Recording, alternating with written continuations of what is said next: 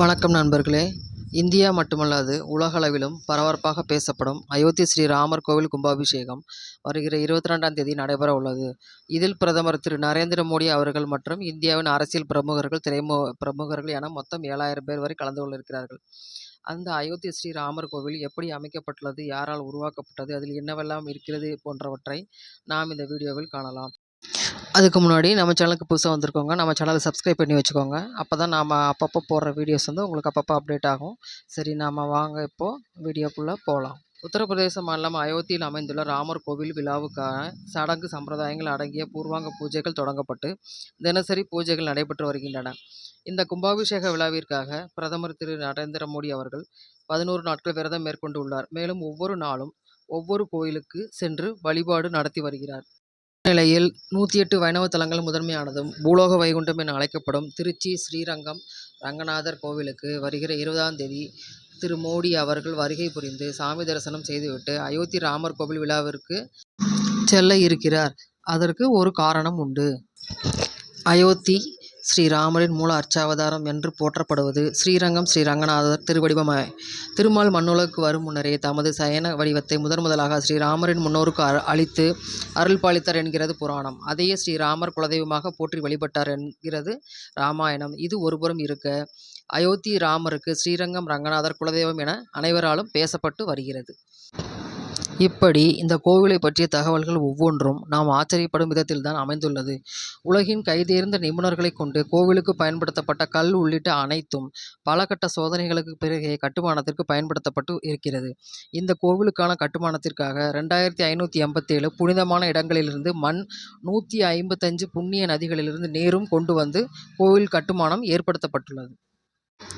இந்த கோவில் மொத்தம் 2.7 ஏக்கர் நிலப்பரப்பு கொண்டதாகும். இதில் 57,400 சதுர அடியில் கோவில் கட்டடம் அமைந்துள்ளது. 360 அடி நீளமும் 235 அடி அகலமும் 161 அடி உயரமும் கொண்டதாக இக்கோவில் அமைக்கப்பட்டு உள்ளது. 3 அடுக்குகளை கொண்ட இந்த கோவிலில் கீழ்த்தளத்தில் 160 அறைகளும், முதல் தளத்தில் 132 அறைகளும், 2வது தளத்தில் 74 அறைகளும் உள்ளது. இந்த கோவிலுக்கு மொத்தம் 12 நுழைவு வாயில்கள் உள்ளன. இந்த கோவிலில் மொத்தம் 3600 சிலைகள் அமைந்துள்ளது. 392 தூண்கள் உள்ளன. ஒவ்வொரு தூணிலும் 16 சிலைகள் உள்ளன. தினமும் 70,000 பேர் வந்து தரிசிக்க ஏற்பாடு செய்யப்பட்டுள்ளது. இந்த கோவிலுக்கான மொத்த கட்டுமான செலவு 1800 கோடி ஆகும்.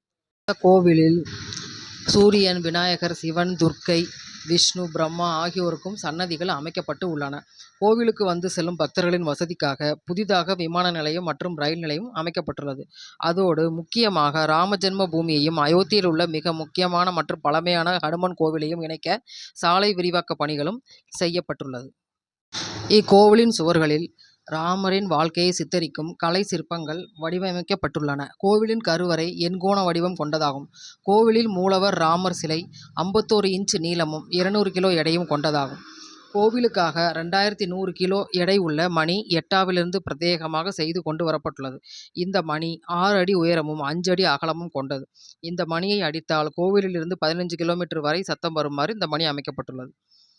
இந்த கோவில் மொத்தம் 1000 ஆண்டுகளுக்கு மேலான ஆயுட்காலம் கொண்டதாக அமைக்கப்பட்டுள்ளது. ஒவ்வொரு தளத்திலும் பிரார்த்தனை மண்டபமும் கீர்த்தனை மண்டபமும் அமைக்கப்பட்டுள்ளது. கோவிலின் முன்புறம் மிக பிரம்மாண்டமாக அனுமன் சிலை ஒன்றும் அமைக்கப்பட்டு உள்ளது. வாருங்கள், நாமும் அந்த அயோத்தி ஸ்ரீராமரின் கோவிலின் கும்பாபிஷேகம் கண்டு ராமர் அருளுக்கு பாத்திரவோம். ஸ்ரீராம ஜெய ஜெய ராம.